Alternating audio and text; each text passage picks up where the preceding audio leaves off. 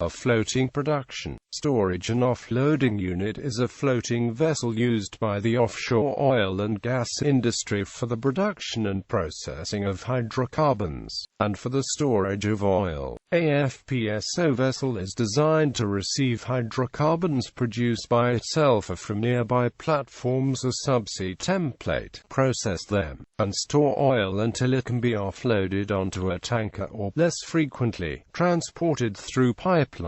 FPSOs are preferred in frontier offshore regions as they are easy to install, and do not require a local pipeline infrastructure to export oil. FPSOs can be a conversion of an oil tanker or can be a vessel built specially for the application. A vessel used only to store oil is referred to as a floating storage and offloading vessel. Recent developments in LNG industry require relocation of conventional LNG processing trains into the sea to unlock remote, smaller gas fields that would not be economical to develop otherwise, reduce capital expenses and impact to environment. Emerging new type of FLNG facilities will be used. Unlike FPSOs are part of gas production, storage and offloading, they will also allow full-scale deep processing, same as onshore LNG plant has to offer but squeezed to 25% of its footprint.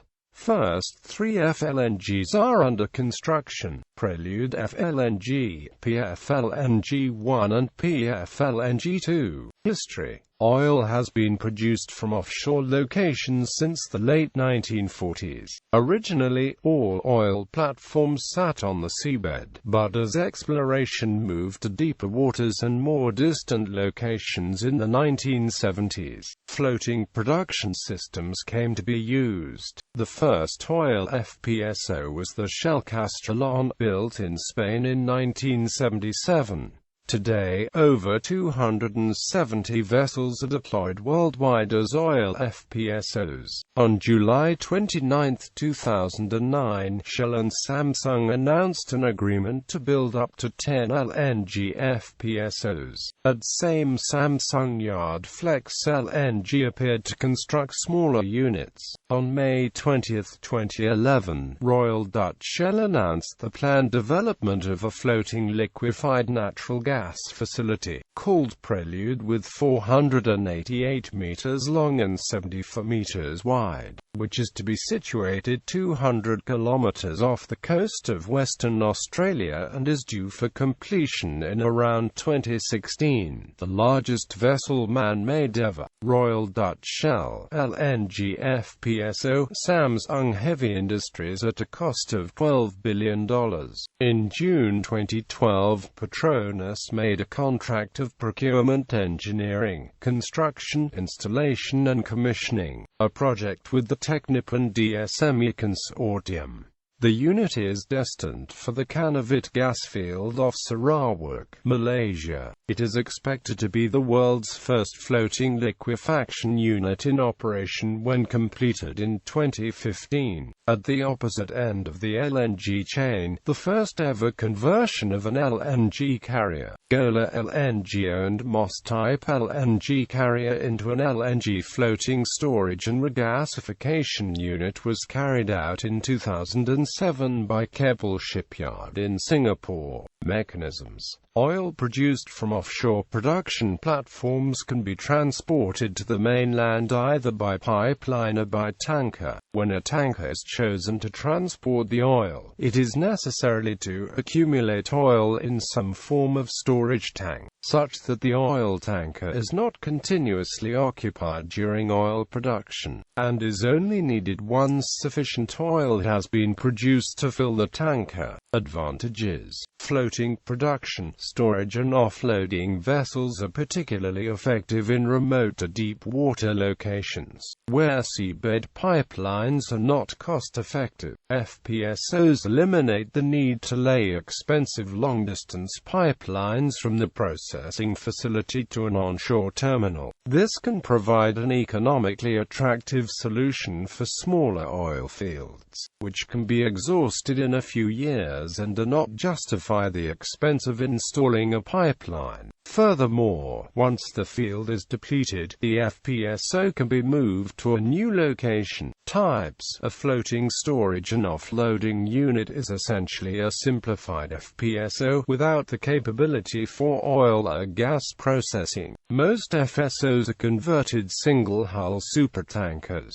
An example is Knock Nevis ex-Seawise Giant, which for many years was the world's largest ship. It has been converted to an FSO for use offshore, at the other end of the LNG logistics chain, where the natural gas is brought back to ambient temperature and pressure. Specially modified ships may also be used as floating storage and regasification units. A LNG floating storage and regasification unit receives liquefied natural gas from offloading LNG carriers, and the onboard regasification system provides natural gas exported to shore through rises and pipelines. FSO, floating storage and offloading. FPSO, floating production, storage and offloading. FPSO, floating, drilling and production, storage and offloading. FSRU, floating storage regasification unit. Vessels. Records. In addition to the historical records already mentioned, a few more are added in this section. The FPSO operating in the deepest waters is the FPSO BW Pioneer, built and operated by BW Offshore on behalf of Petrobras Americas Inc. The FPSO is moored at a depth of 2,600 meters in Block 249 Walker Ridge in the U.S. Gulf of Mexico and is rated for 80,000 barrels d. The EPCI contract was awarded in October 2007 and production started in early 2012. The FPSO conversion was carried out at Keppel Shipyard Tours in Singapore, while the topsides were fabricated in modules at various international vendor locations.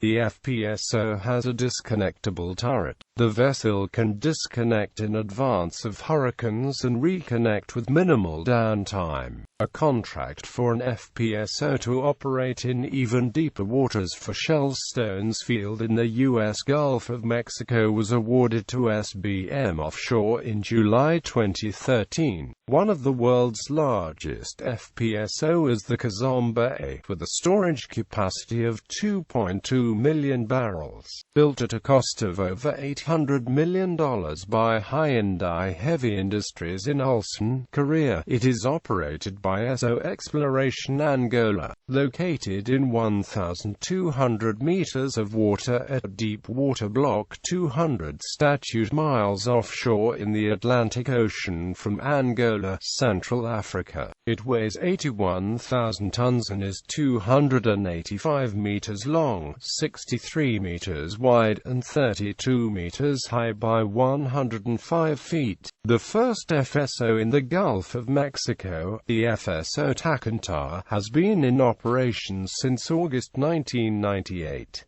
The FSO, owned and operated by MODEC, is under a service agreement with PEMEX Exploration and Production.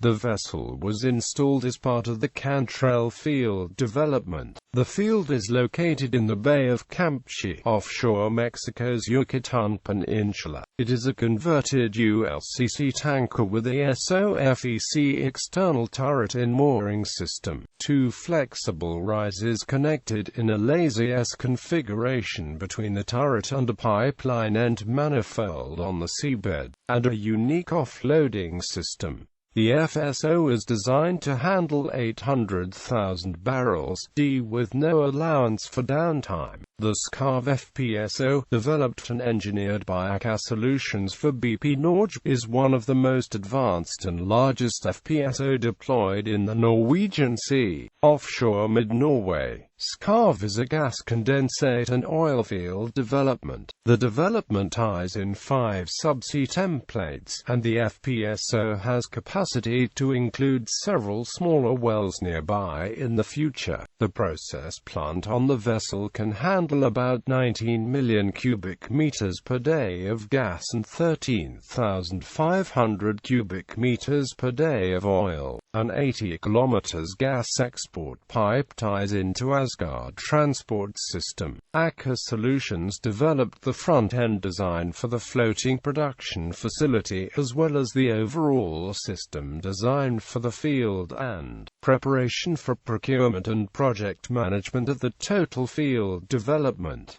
The hull is an Aker Solutions proprietary Tantactum 975 design. BP also selected Aker Solutions to perform the detail engineering, procurement and construction management assistance for the Skarv field development. The EPCMA contract covers detail engineering and procurement work for the FPSO topsides as well as construction management assistance to BP, including hull and topside facilities. The production started in field on August 2011.